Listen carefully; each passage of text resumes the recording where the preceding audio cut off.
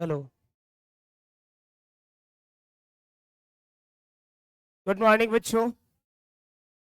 मैं चाहूंगा कि आप सभी एकदम शांत हो करके और मेरी बातों को सुनिएगा।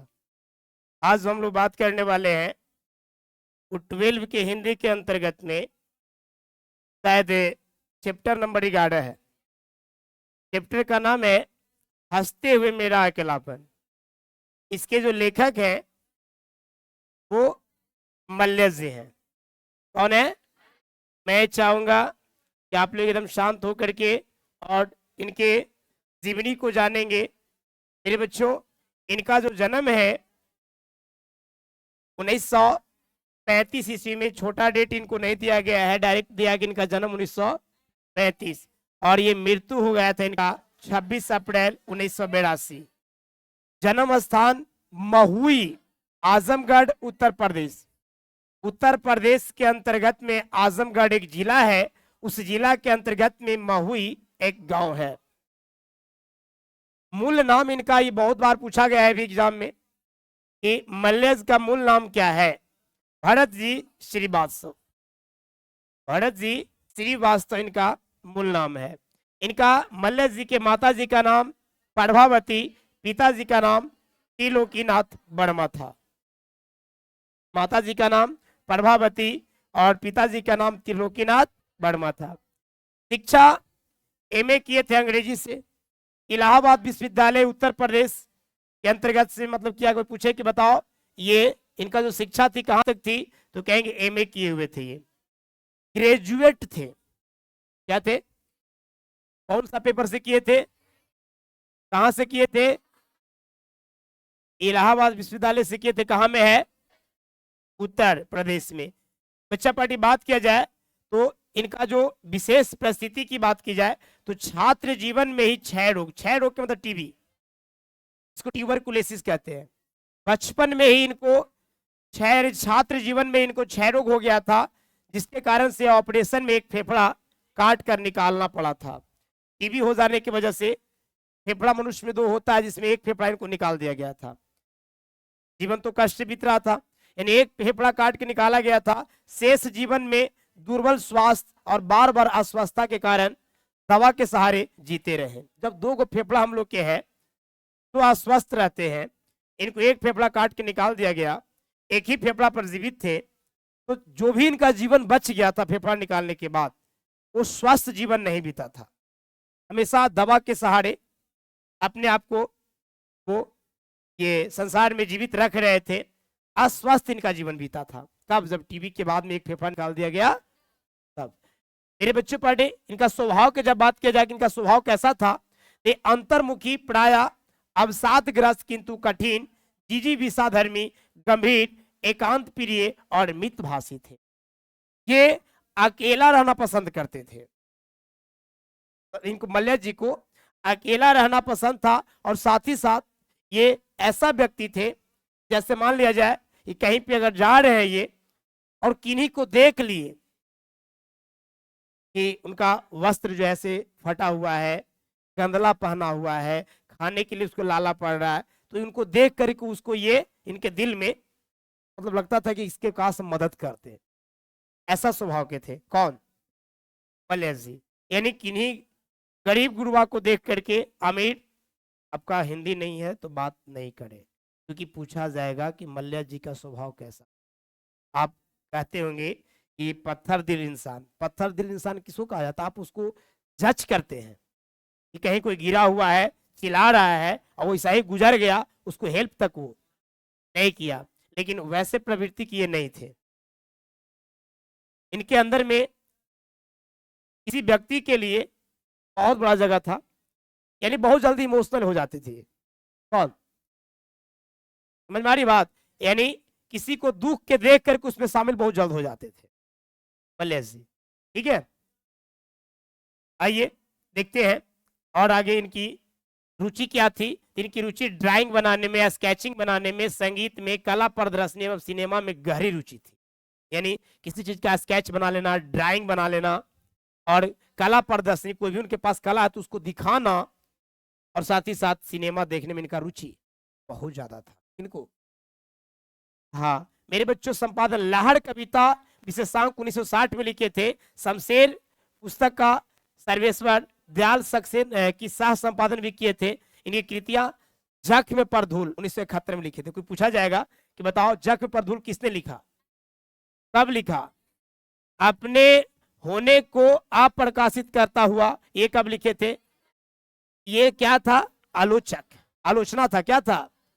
कविता से साक्षात्कार 1979 में, संवाद और एकालाप 1984 में, रामचंद्र शुक्ल 1900, सर्जनात्मक गद्य थे ये सब। हंसते मेरा अकेलापन जो हम लोग पढ़ने वाले, ये कब लिखा गया है? कब लिखा गया है? डायरी। ये क्या है? हम लोग जो पढ़ रहे हैं वो क्या है? डायरी है। कोई पूछे कि हंसते मेरा अकेलापन क्या कहानी है, निबंध है, एकांकी है, डायरी है, तो क्या बताओगे? डायरी का मतलब समझते हो? डायरी क्या है? नहीं समझते? आइए थोड़ा सा चर्चा इसमें किया गया डायरी पर, वही कर लें तो ज्यादा बेटर रहेगा। 3 खंड है, संपादक डॉक्टर राम वर्षी। आइए मेरे बच्चा पार्टी, इसमें और इनका देखते हैं कि जो डायरी पढ़ना है, हंसते मेरा अकेलापन, ये क्या इसमें जानना है। देखिए, मल्लेज की कविता, मल्लेज की कविता और आलोचना से कम महत्वपूर्ण नहीं है। ये जो लिखे हैं यहाँ, कविता जो लिखते थे या आलोचना लिखते थे, उससे कम महत्वपूर्ण ये नहीं है उनकी डायरी। क्या नाम है डायरी का? हंसते हुए मेरा। एक प्रतिभाशाली संवेदनशील कवि आलोचक के आत्मनिर्माण का वे प्रामाणिक अतरंग साक्ष्य है। उन्हें पढ़कर यह जानना और अनुभव कर पाना संभव होता है कि साहित्य कर्मी निरा शब्द व्यापार नहीं है। साहित्य लिखने और साहित्यकार बनने के लिए लेखक से परे जीवन में भी कितना सजग, सावधान और स्वाधीन होना जरूरी है। एक व्यक्ति को कितना खुला, ईमानदार और विचारशील होना चाहिए, व्यक्ति के क्या दायित्व है और अपने दायित्वों के प्रति कैसा लगाव, कैसी सन्नद्धता होनी चाहिए, प्रस्तुत है मल्लेज की डायरी के कुछ छोटे अंश। यहाँ जो प्रस्तुत किया गया है, हंसते हुए मेरा अकेलापन, एक छोटा अंश है। ठीक है, इनसे लगभग 1500 पृष्ठों में फैली हुई मल्लेज को डायरी की एक छोटी सी झलक मिलती है। एक छोटी सी झलक यहाँ पे दिखाया गया है। ये जीवनी जानने से पता चल रहा है कि इनका जन्म कब हुआ, मृत्यु कब हुआ, माताजी का नाम क्या था, कहाँ थे, इनका बचपन का नाम क्या था, कहाँ तक पढ़ाई किए थे, इनकी जीवन में क्या क्या दिक्कत आया था, इस स्वभाव के कैसे थे। और ये भी जान गए कि आखिर यहाँ पे जो हंसते हुए मेरा अकेलापन लिखा गया है वो क्या है। क्या है बताओ? डायरी है ना। चलिए अब हम लोग चलते हैं डायरी के तरफ में। मल्लेज के लिए विजय जी कुछ लिखे हैं। मल्लेज के लिए देख लेते हैं। मल्लेज अत्यंत आत्मसजग किस्म के बौद्धिक व्यक्ति थे। आत्मसजग, खुद को बहुत ज्यादा समझते थे, दूसरे व्यक्ति के सामने ऐसा प्रकट न करे कहीं धोखा खा जाना। खुद सजग रहते थे बहुत ज्यादा। डायरी लिखना मल्लेज के लिए जीवन जीने के कर्म जैसा ही था। जैसे जीवन हम लोग कैसे जी रहे हैं, खाना पीना घूमना, उस प्रकार से इनको डायरी लिखना भी एक हॉबी था। सबको लिखना चाहिए। हमारे बच्चे कोई नहीं लिखते होंगे, हम भी नहीं लिखते हैं। ठीक है, रीजन ये है कि रीजन क्या चाहिए, मतलब लिख नहीं पा रहे लेकिन लिखना चाहिए। डायरी जीवन में होना चाहिए। आप डायरी पे टाइम दीजिए, 20 मिनट दीजिए, 25 मिनट दीजिए। कैसे लिखाता है, सुबह से आप जो भी क्रियाकलाप किए हैं वो डायरी लिखने तक के क्रियाकलाप को लिखा जाता है। और डायरी वही लिखता है जो एकदम ऑनेस्ट हो, ईमानदार। यदि आप मान लो एक डायरी लिखे लगे तो जो अच्छा कर्म किए हैं से लिख डाले, और जो बुरा कर्म कैसे लिख भी नहीं किए, वो डायरी नहीं हुआ। डायरी के मतलब कि आप जो जो कर्म किए हैं सब उस पर लिख डालो। डायरी खुद होता है और वो डायरी किसी को दिखाया नहीं जाता है। अगर वो डायरी कोई देख लिया, माताजी, पिताजी, कोई भी देख ले, तो फिर आपके जीवन पे दिक्कतदाई आ सकती है। जैसे आपके मन को कोई पढ़ सकता है, नहीं पढ़ सकता, तो तुम्हारा मन है। अभी नहीं कि डायरी लिखे चल रहा और बड़ी बढ़िया से तो तारीफ कर को सिरा लिख देखा, आज हमें तारीफ किया। एक जगह समोसा चुराया से लिख भी नहीं किया, हम समोसा भी चुराए हैं।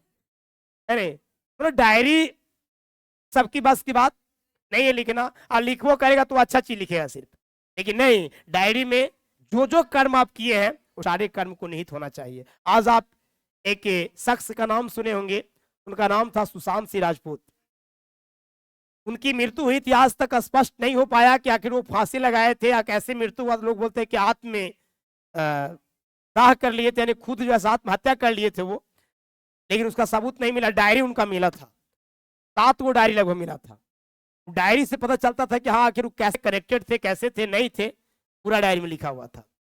बस मारी है, तो जीवन में डायरी व्यक्ति को लिखना चाहिए। यहाँ डायरी लिखा गया है। डायरी लिखना मल्लेश के लिए जीवन जीने की कर्म जैसे ही था। डायरी की शुरुआत 15 जनवरी 1951 से शुरू होती है, याद रखो 15 जनवरी 1951 से, जब उनकी आयु केवल कितना वर्ष का था। आप लोग शुरू कर सकते हैं, आप लोग भी कोई 15 वर्ष का, कोई 16 वर्ष का है ना, शुरू कर सकते हैं। डायरी की शुरुआत 15 जनवरी 1951 से शुरू होते हैं, लगभग 16 वर्ष की आयु से शुरू करते हैं। डायरी लिखने का यह सिलसिला 9 अप्रैल 1952 से कहां तक 82 तक चलता रहा, जब उन्होंने अंतिम सांस ली। 16 वर्ष की आयु से लेकर के मरते मरते दम तक डायरी लिखते रहे, अर्थात 47 साल के जीवन में 32 साल तक मल्लेश ने डायरी लिखी है।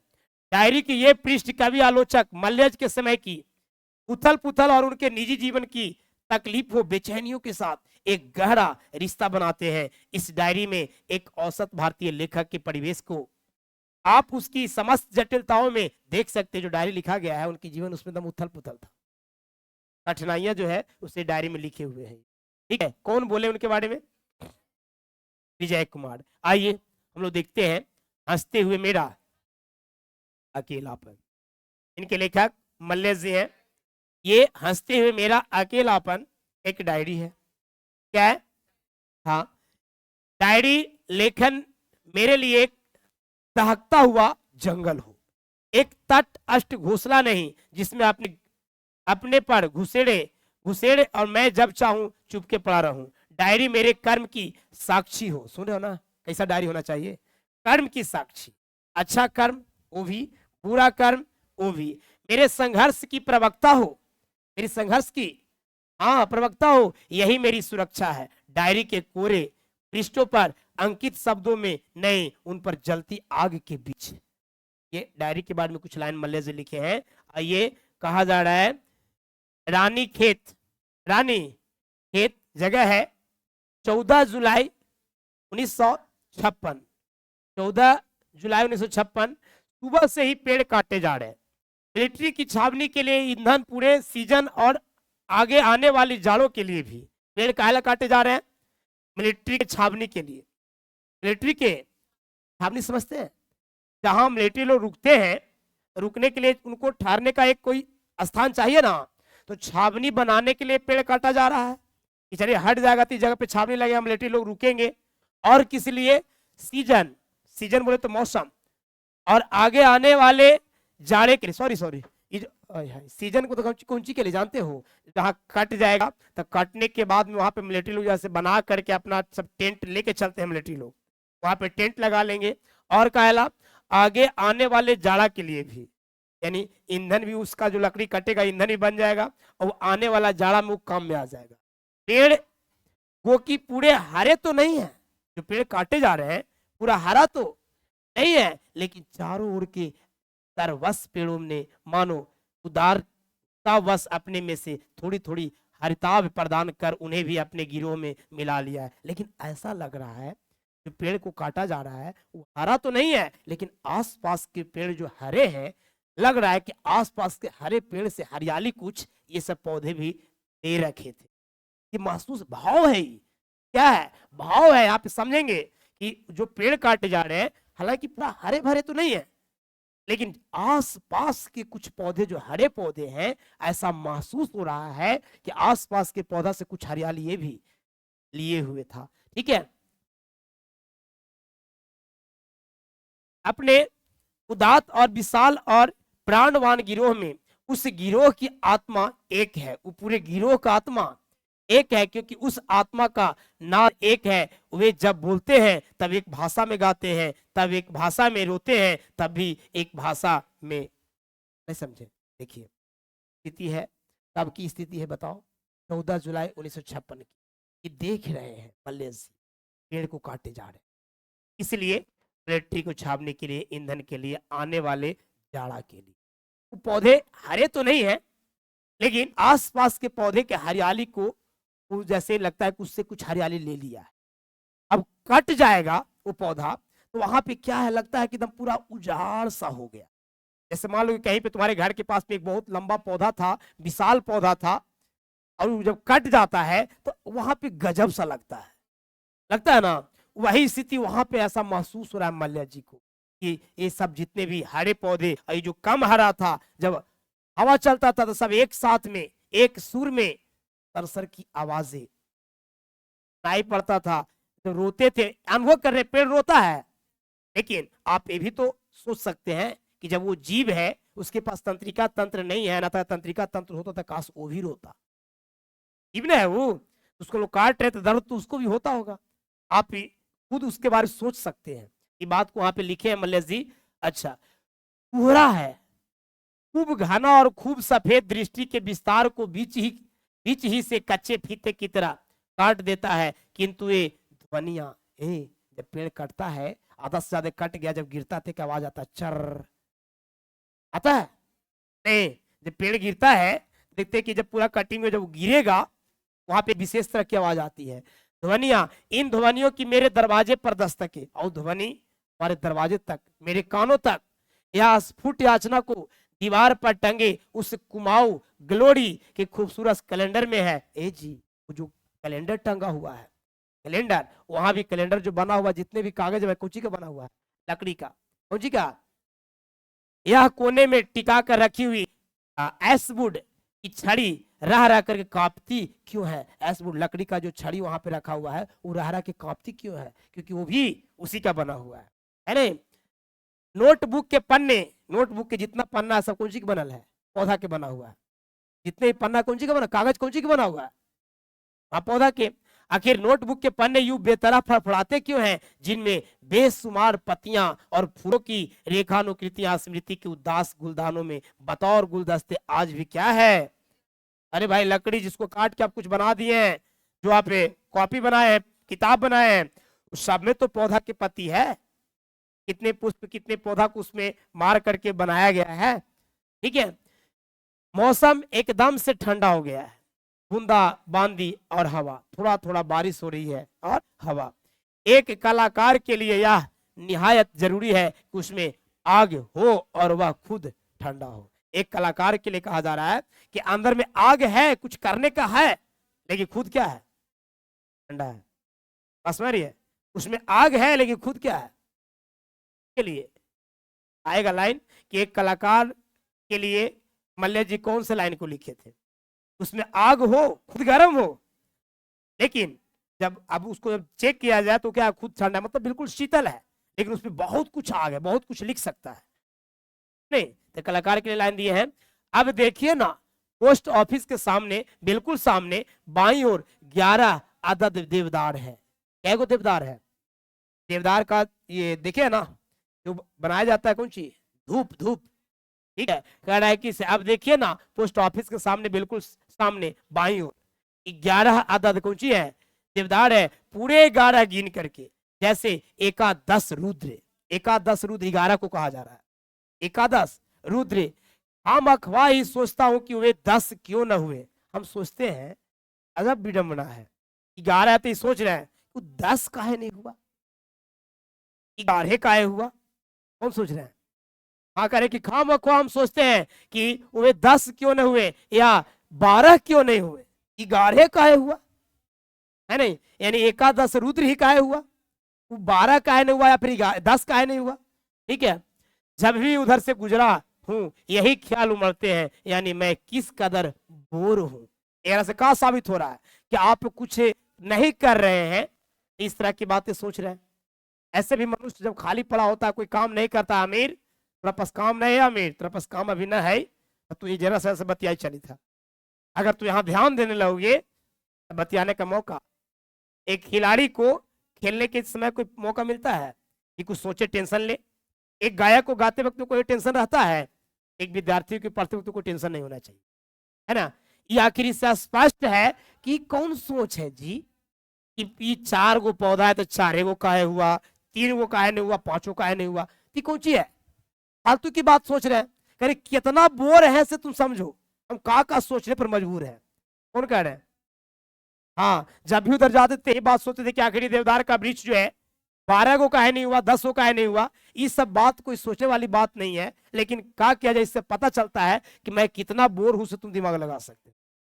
ठीक है, किसी चित्रकारी की किताब में रंग सिद्धांत के विषय में पढ़ते पढ़ते मालूम हुआ कि शोक और भड़कीले रंग संवेदनाओं को बड़ी तेजी से उभारते हैं, उन्हें बड़ी तेजी से चरम बिंदु की ओर क्या करते हैं, लेकर जाते हैं, और उतनी ही तेजी से उन्हें ढोल की ओर खींचते हैं। मैं संयत हूं यानी ठंडा, मैं संयत हूं यानी अभी जब बाहर निकलूंगा तब खूब घना और खूब सफेद कोहरा मुझसे लिपट जाएगा, सब ओर छा जाएगा। मेरे अतीत और मेरे वर्तमान का समीकरण, वह भविष्य जो फीते की तरह बीच की से काटा हुआ है, इस कोहरे में समा जाएगा। अज्ञात भाषा में अज्ञात गान और अज्ञात रुदन लिए हुए कागज के एक नन्हे से टुकड़े की तरह इस कोहरे की ताबीज में, जैसे ताबीज किसको कहा गया, गिराता है छोटा लेकिन पूरा दुनिया दारी को उसे बांध कर डाला रहता है, ताबीज पहने वाला। ठीक है, आएगा वो सांप दिखाएगा क्या क्या बेचेगा, अंत में कहेगा कि ले जाइए 20 रुपया में ताबीज है। क्या करेगा ये, तो तुम चलोगे थकोगे नहीं, सुतोगे तो नींद, पढ़ोगे तो नींद नहीं आएगा, पढ़ेगा से भुलाएगा नहीं, नहीं तो आपको लगे हाँ से दे दीजिए ना, हमारा से हम पढ़ाई से भुला जाइए।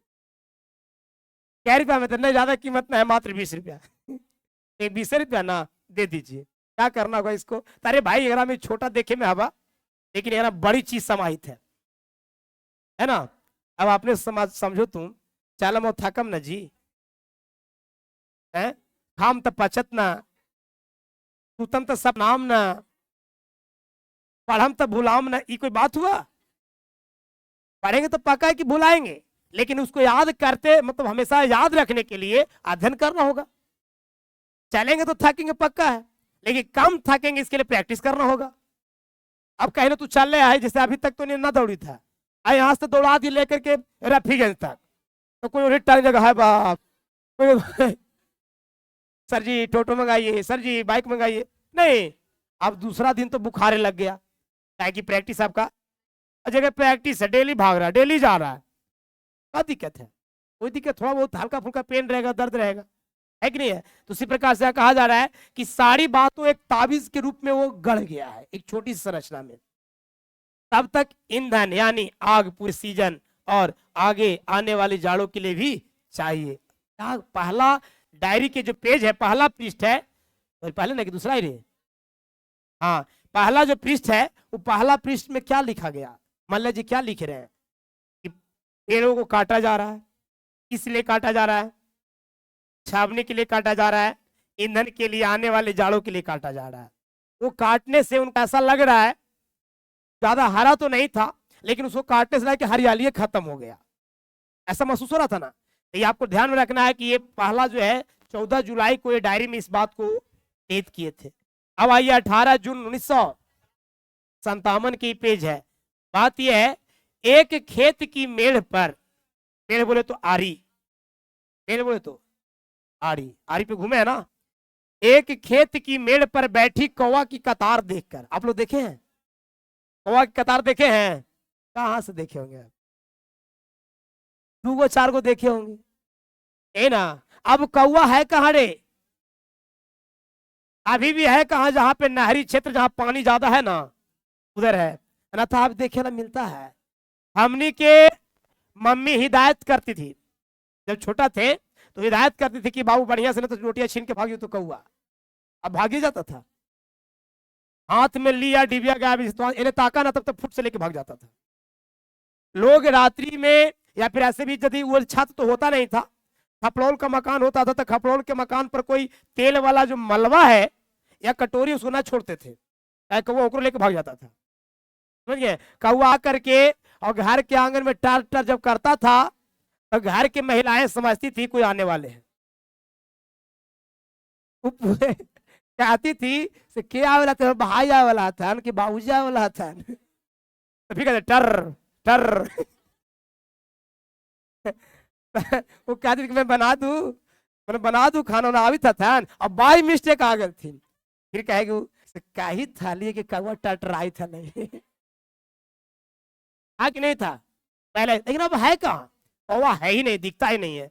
तो कहा जा रहा है कि एक खेत की मेड़ पर बैठी कौवा की कतार देखकर उम्र की फसल पककर तैयार, सपनों का सुहाना रंग अब जर्द पड़ रहा है। फसल भी तैयार है, फसल भी क्या है, एक मधुर आशापूर्ण फल जिसने अनुभव की तिताई के छिलके उतार फेंके हैं, विगत के वे मूल्य जिन पर बचपना कभी शान धरता था, कितने बेमानी मोथरे हो उठे हैं, जैसे कि वह जड़ पौधे का आत्मदान स्वीकार कर लेने के बाद विकास की एक सीमा के उधर। नहीं समझे, न समझोगे, बीज में से एक जड़ निकलता है, जड़ नीचे जाता है और पौधा कहां विकास करता है, ऊपर।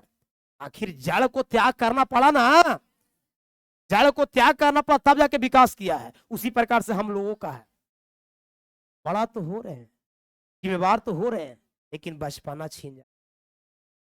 आज गलती करोगे दुनिया बोलेगी, गांव घर बोलेंगे, मास्टर साहब बोलेंगे, मम्मी पापा बोलेंगे, बड़ा भाई मारेगा, लेकिन छोटा में सब कहते छोड़ दो छोड़ दो, मारियो रहा है कोई तो छोड़ दो लड़की में, नहीं कहा मार रहे हैं, कहा लेकर मारे से हत्या हो जाएगा, थोड़ा रे पाप चढ़ेगा, बालक है नहीं, कि नहीं है भाई। वो बचपना बेकदर बेकार हो गया, तुम बड़ा हो गया तब आप लोग के एहसास होता, काश यदि डांट जिसने पड़ता होगा ना, मम्मी जी बोलती होंगी या पापा जी, तो आपको लगता काश वही इसी थी, बचपना ही ठीक था। ये बेकार हम सोचे थे कहना बड़ा हो, कहना तो बड़ा दिक्कत है भाई, नहीं ठीक वही था कि खाओ पियो दिन भर खेलते रहो कूदते रहो, कोई पूछे वाला नहीं है कि नहीं है। लेकिन अब वो जा रही है ना, है नहीं, तो वही ये चर्चा कर रहे हैं कि गांव में मेड़ पर कौवा की कतारें देखने के लिए मिलता था, और साथ ही साथ पौधा जो है, फसल तैयार हो गए पक करके, लेकिन उनकी जड़ें जो है और फसल जो है एक दूसरे से बिल्कुल अलग है। लेकिन ये क्या कर रहे पता है, ये एक भाव है कि जैसे मान लो कि एक फल है, फल के जो तिताई होती है उसको आप क्या कर देते हैं, हटा देते हैं, और उसको मिठास को आप चतुर है कि फल के तिताई को आप निकाल दिया, उसकी मिठास को खा लिए। जैसे मान लो कि कोई बच्चा जो है लीची के बीज को भी चबा जाता है, लीची के बीज को भी चबा गया, कहा कि बड़ी बेकार लगा था, कैसे खाया रे, खा गया का चिवा गया का रे, तो हाँ चिवा गली हम कह रहे बिगल जाए ऐसे, खाली बस मांस खा जाए गुद्दा आया, तो बोले कि हाँ सही बोले, अच्छा नहीं, यानी यहाँ भी वही कह रहे हैं कि फल का जो तिताई है उसको हटा दो, फल के तिताई उसको क्या करो, हटा दो, उसका जो मिठास है उससे हम लोग क्या कर जाना है, हाँ खा जाना है। हवाओं में एक कैसी महक है, हवा में भी कैसी महक है, धरती में ये कैसी चिलक है महक। जब देखते हैं फसल जब पक के तैयार है, इसे एक समजीरवा धान होता था, लेकर स्पेशल खीर बनावल जा रहा था, देखे थे, वो ब्लैक भी होता था और गोल्डन कलर भी होता था, दोनों होता था। वो पौधा ही धम धम धम धम करता था, अगर उसके बगल से गुजर रहे हैं ना, आहा मजा आता था, समझ गए। आप उसको क्या करते थे, खीर बनाते थे, और खीर बनाने के बाद वो धमकता था। हमारे गांव के एक आदमी थे, उतला आदमी था, है वो, ठीक है, अब दादा के साथ गए थे खाए, तो चावल था वो समझिरवा के, समझिए समझिरवा के चावल तो धमक में ना करेगा, तो बोला ए बाबा भातवा दमते, बाबा भातवा दमते थे, दमते धमके रहे, धमके, इसे गमाके और धमाके में फर्क है। गमाकना और धमकना में, धमाकना के मतलब कि अच्छा सुगंध, और गम के माने कि दुर्गंध हुआ, वो एक सुगंध और एक दुर्गंध, तो वहां पे फीलिंग कैसा आएगा कि खा रहे हो, कह रहे कुछ तो गम की थवा है नहीं, लेकिन नहीं बेटा, सो क्या है, हाँ धमक रहा, धमक रहा है। कहेंगे कि हवाओं में कैसी महक, धरती में कैसी चिलक, चिलक बोले तो चिलक बोले तो डराट डराट, देखा फटते हुए, फसलें कटने भी नहीं पाई, जड़ों को उखाड़ कर किसी चाणक्य ने दही छिड़का ही नहीं और ये बांट बखरेदार, यानी कहने का थोड़ा सा भाव यहाँ पे लगा रहे हैं, ये अपने आप से लिख रहे हैं कि देखिए जब फसल काटने लगता है उसको काटे से पहले ही धान वाला खेत में देखे ना बड़े बड़े डराट खुल जा रहा है, देखा है। और कह रहे कि हवा में एक महक है विशेष प्रकार की। प्रश्न है वे बालों के गुच्छे नहीं जिन्हें जब चाहा जुनून में से सिर से क्या कर लिया। असल है वो बालों का गुच्छा नहीं कि जब चाहता उसको क्या कर लिए, नोच लिए। वो तैयार होगा तभी उसको नोचना है, काटना है। इसके बारे में बात की फसल के बारे में। यानी दूसरा पार अगर आप जो है दूसरा डायरी लिखे वो क्या था, किससे रिलेटेड था, फसल से रिलेटेड था। किससे, अच्छा तीसरा है 4 जुलाई 1962, जगह कौन है, कौसानी। जगह कौन है, दिन क्या है 4 जुलाई 1962। आज भी कोई चिट्ठी नहीं, तबीयत किस कदर बेजार हो उठी, चिट्ठी के इंतजार में है। आज के दिन कौन सी के इंतजार में है, दोपहर तक आशा रहती है कि चिट्ठी, कोई चिट्ठी आएगी, पर भारी भारी सी दोपहर बीत जाती है। भारी भारी मतलब बड़का बड़का दोपहर बीत जाती है और कुछ नहीं होता। इतनी भी ताव नहीं कि डाक घर में जाकर पूछा। देखिए नहीं समझे, इंतजार कर रहे हैं उसी का, चिट्ठी का। लेकिन चिट्ठी आया, दोपहर तक चिट्ठी आ जाती थी, लेकिन बड़का बड़का दोपहर बीत गया, लेकिन चिट्ठी आने का नाम, इंतजार जरूर है लेकिन मैं डाक घर भी नहीं जाऊंगा, एक होता जरूरी भी नहीं समझे। अरे इंतजार चिट्ठी की है, लेकिन उतना जरूरी ना है कि अकबका के डाक घर चल जाएंगे हमारी चिट्ठी का नहीं आया। कौन सोच रहे हैं और कौन लिखे हैं, ये वाला डायरी में क्या लिख रहे हैं, पेज में क्या लिखा हुआ है, तो चिट्ठी का इंतजार कर रहे हैं। चिट्ठी दोपहर से पहले आ जाया करता था, लेकिन उस दिन चिट्ठी आया, दोपहर बीत गई है लेकिन फिर भी चिट्ठी। लेकिन उतना भी जरूरी ना है कि कम से कम डाकघर में वो चल जाए, डाकघर भी वो गए नहीं है, ठीक है।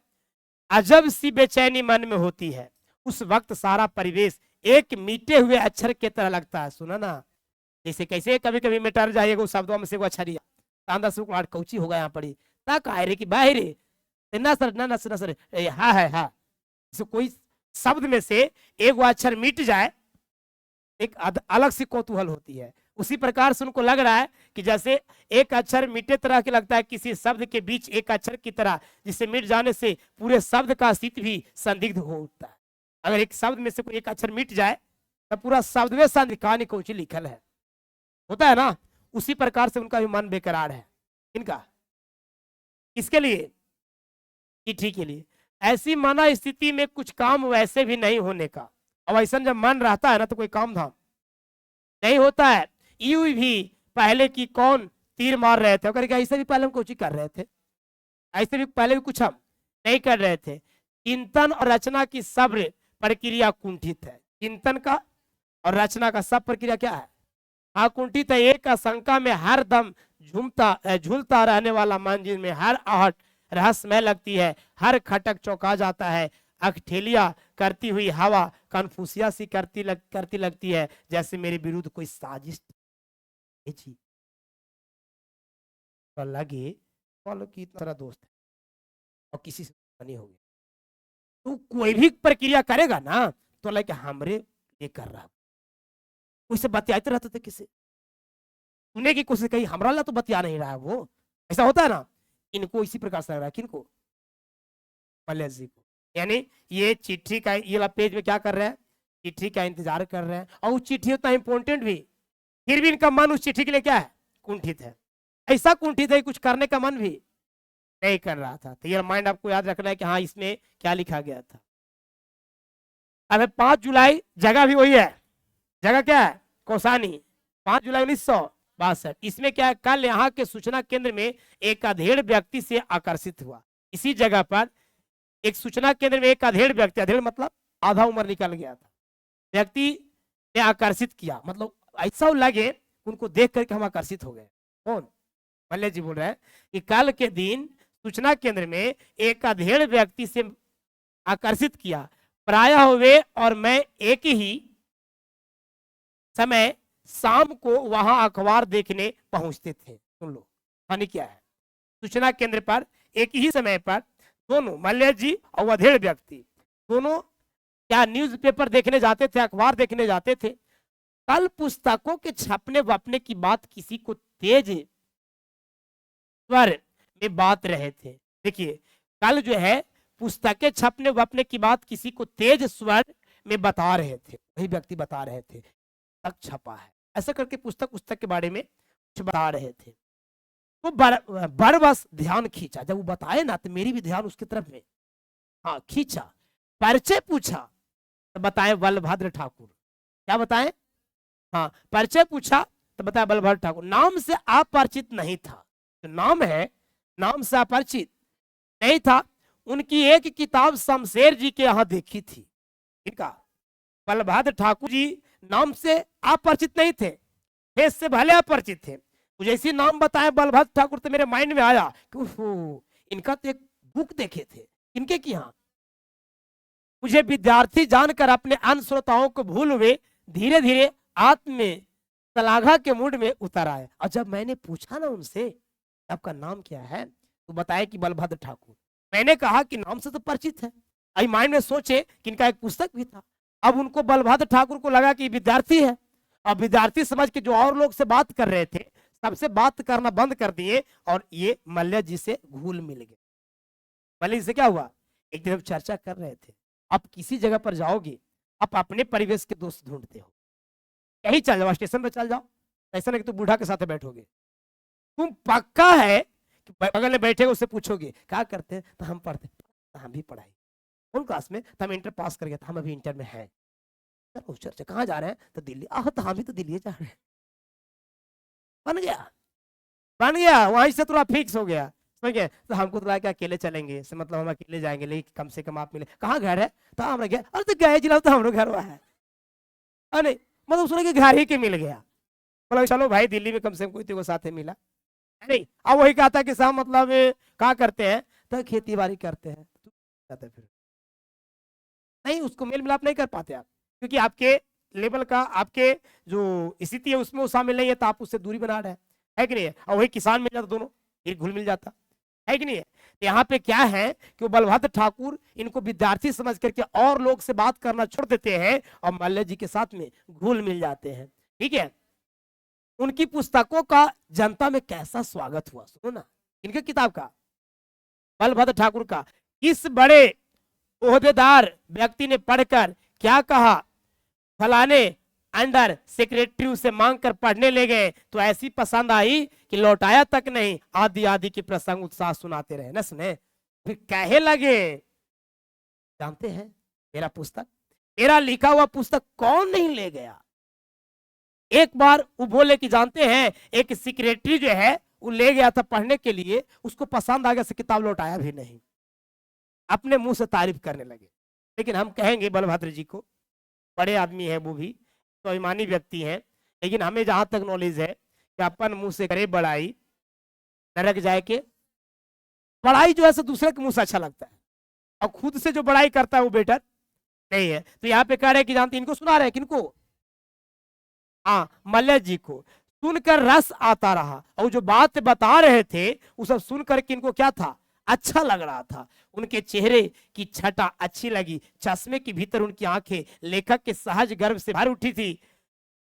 ठीक ना, गठा हुआ शरीर, शरीर कैसा था, हाँ गठा हुआ शरीर था, और रंग कैसा, सांवले से कुछ अधिक समझे, सांवले से कुछ ज्यादा, साफ साफ कहने करिया नहीं। अरे साफ हे पापा लोग कहते, मान लो पापा गए लड़का देखे, ठीक है, वो गेंथुन तो उनका साफ पसंद पड़ गए, प्रॉपर्टी उर्पट्टी, घर मकान, परिवार के रहन सहन सब अच्छा लगा। लेकिन जब लड़का आया सामने तो देख रहे लड़का के कि बाप रे, लड़का तो पक्का कलर है ठीक है, तो सब तो पसंद है। तब उनको लग रहा है कि हम शादी करे हैं, तो घर जाके क्या बताते हैं, कोई पूछा किसी का लड़का ठीक है, जाना सब इतना प्रॉपर्टी, 4-4 गो डोजर है, और बिल्डिंग 4 मंजिला बिल्डिंग, तो लड़का कैसा है, अरे सुनू तो ना, ये तो नाम मान आदर हो लो, बाप रे बाप, एकदम समाज बहुत अच्छा है। एकदम लड़का कैसा है लड़का जाना, लड़का भी खराब नहीं है, तो लड़का पता नहीं कलर में जमुनिया है। ना तो कारिया क्या है ना कुछ काला, तो आप समझ आता है कि जमुनिया के मतलब बुझा लड़का कलर। कलर से क्या होता है, कलर से कुछ नहीं होता है। तो बहुत अच्छा है, परिवार बढ़िया है, बस है। उसी प्रकार से ये कह रहे हैं कि जानते हैं सांवला से कुछ ज्यादा अधिक थे, लुंगी और जैकेट पहने, नीचे में लुंगी ऊपर में क्या था। किनके बात हो रही है, बलभद्र जी के हैं। बस बस थोड़ा ही 7 बज रहे थे, कितना बज रहे थे, खाना भी पकाना था क्योंकि भूख लगाई थी, अतः विदा ली। वहां से फिर क्या हुए, विदा लिए। शाम को घाटा उमड़ी और थोड़ी बारिश, शाम को बादल लिया और थोड़ी बारिश हुई। घंटे 1.5 घंटे नेगी परिवार के साथ बिताया। कौन परिवार के साथ, हाँ, घर की बुढ़ी माँ जीवट की कामकाजी महिला है। उनका एक स्केच बिठाकर बनाया कि स्केच के बड़ी शौकीन थे, ठीक है। ये स्केच के क्या थे, दोनों फिर से, यानी 1.5 घंटे नेगी के परिवार के साथ बिताया। कौन परिवार के साथ, नेगी परिवार के साथ। घर की बुढ़ी, जो नेगी परिवार की बात हो रही है, उस घर की बुढ़ी माँ जीवन की कामकाजी महिला है। वो घर में जो कहती थी सही होता था। हर एक घर की बुढ़ी जो होती है जैसे महारानी होती है, जब तक बुढ़ी माँ है कोई नहीं हिला सकता है, यानी वो जो बोलेंगे सही होगा। बाबूजी भी तो रहेंगे ना, तो सुख बुकायत रहते हैं, कस के जहां वहीं से डांटेंगे वो। बाबूजी के तो तुम बाबूजी बोलोगे, सब परिवार बाबूजी की इज्जत कर रहा है, लेकिन वही को है कि इज्जत ना कर रही है। वो इज्जत काला करेगी, वो माँ है वहीं से डांटेगी, है नहीं। तो पापा को आपका सक्का बक्का बंद, पापा ही नहीं दादा बच रहे तो उनको भी सक्का बक्का बंद हो जाएगा। नहीं, क्या कि दादा को भी हालत खराब करके रख देते हैं, लेकिन जब दादी जाती है तो फिर घर की कार्य वैसे फिर बड़े लोग संभाल। घर में एक बुढ़ी महिला है जो कामकाजी महिला है, उनका एक स्केच बिठा कर बनाया और उन्हें दिया, उन्हीं का स्केच बनाया और उन्हीं को दे दिया। कैसा लगा होगा, है अच्छा लगा होगा ना। यानी दिया, उनके मकान का एक रंगीन स्केच बनाया, उन्हीं के मकान का एक रंगीन स्केच बनाया था।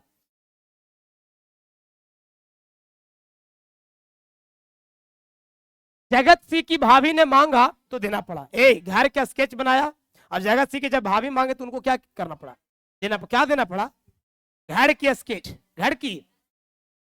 मैं रेडियो से गाने सुनता रहा, उधर चाय पानी का प्रबंध होने लगा अपनी स्थिति के अनुकूल, अपने स्थिति के, और वह तो मैं देख ही रहा था। ये सुनो ना रे, व्यवस्था होती तो पता न चलता है, यहाँ भाग दौड़ होता है। कभी उन्हें चाय पत्ती, कहीं से चाय खाने के लिए चीनी रखा है, इसे सुनाई देते है कान में, ये सब पता चल रहा है कि रहते व्यवस्था हो रहा है। मेहमानबाजी का यह भाव मन को अच्छा लगा। जैसे कोई कि आप चल गए, अमार कहाँ उठाऊं कहाँ बैठाऊं, नहीं तो आपको तो लग रहा है कि वाह कितना मतलब। नहीं, जैसे फर्स्ट बार कोई दामाद जाता है ससुराल में, बाप रे बाप, वो पल जो है लगता है कि बाप रे बाप पहुना है लेथिन बाप, इनू से हवा वाला पंखा, इनू वाला फराठा पंखा, और ऊपर से साड़ी लेकर के आ रही कौची वाला ना खगाड़ा वाला बिनमा, ऐ जी हवा लगा देती हो, हवा फराठा लगी थे, वो लगी ताइयो हवा लगी थी। पहला बार ठीक है, और दामाद समझ में नहीं किया, फिर 1 महीना बाद पहुंच गया, एक फराठा हट जातो, समझ गए, धीरे काम ये हो जाएगा। फिर मेहमानबाजी में आपको कमी आने लगेगा। यदि आप मेहमान के मतलब वही है जो लंबा समय तक जाए, बहुत लंबा समय पर जाए एक आध बार, और ज्यादा देर ना टिके, रात कुछ देर बाद मतलब थोड़ा कहते कहते ना रुके रुके रुके रुके ना, तब उसके बाद वहां से निकल जाए। इन्हें की जाए से देख करके ठाठ में 4 दिन रहे तो कम में लगेगा। फिर आज मिला 5 सब्जी तो कल 4 सब्जी मिलती, एक दिन आ जाओ आप खाली दाल भात चोखा पर, ठीक ना। देखिए ये मेहमानबाजी देख करके अच्छा लगा। मैं उनका सिर्फ किराएदार ना था, एक मेहमान भी था। दुख इस बात का हुआ कि इस परिवार के साथ पहले क्यों नहीं घुला मिला, अब तो शायद परसों तक ही क्या करना है, चल ही देना है। जहां रह रहे थे वही में किराएदार भी थे, लेकिन वो एक तरह से मेहमान के जैसा इनको मान आदर होता था। ये पछता रहे कि काश इस परिवार से हम पहले मिला होते। अब तो हमको जाना ही है नहीं, अब जाना है भी। यहाँ के स्कूल के 2 अध्यापकों से परिचय। टिपिकल पहाड़ी जन, सीधे साधे, सरल, बिल्कुल पानी जैसे, जिनमें अच्छाइयाँ और बुराइयां दिख जाए। बुराइयां बल्कि कमजोरियां कहना अधिक उचित होगा। ऐसी कि प्यार करने की तबीयत हो, ऐसी कि प्यार करने की कुचली हुई आकांक्षाओं के व्यक्ति जो किसी तरह दिन काट रहे हैं, अधिक बल बूते वाले आदमी नहीं रहे थे, अतः किसी बड़े सपने के भंग होने का दर्द नहीं, बस एक रिसन है, एक स्थिर जीवन की चढ़ाई जिस पर रोज रोज चढ़ने उतरने का अभ्यास हो गया है, इसलिए वह अखरता नहीं है। ए दुखे है, सुनो रे ए मैया, जेकर घर में कोई दुख नहीं हुआ था, ठीक है, तो एकाएक कोई घटना घट जाए, बहुत दुख होता। और जिनके कि यहाँ दुख ही दुख है, एगो इस वर्ष कोई टपक गया, सोया हुआ कुछ बहुत ज्यादा, फिर कुछ दिन हुआ एक और टपक गया, फिर दुख है। सब कहे कि बेचारी आय है। और जिसके क्या घटना घटता है, दम कहते कि से का कर वो बेचारे की दम टूट गेले है, आओ के हाँ से पढ़े साल फगुनवा में छोटका डेट कर ले है। और फिर जो है 3 साल बकरिया मर गलो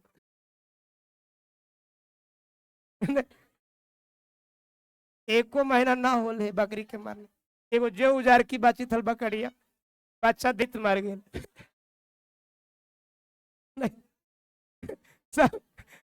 समझेगा, समझेगा ना कि बुझा लगा है कि मतलब बड़ी ज्यादा ये नहीं।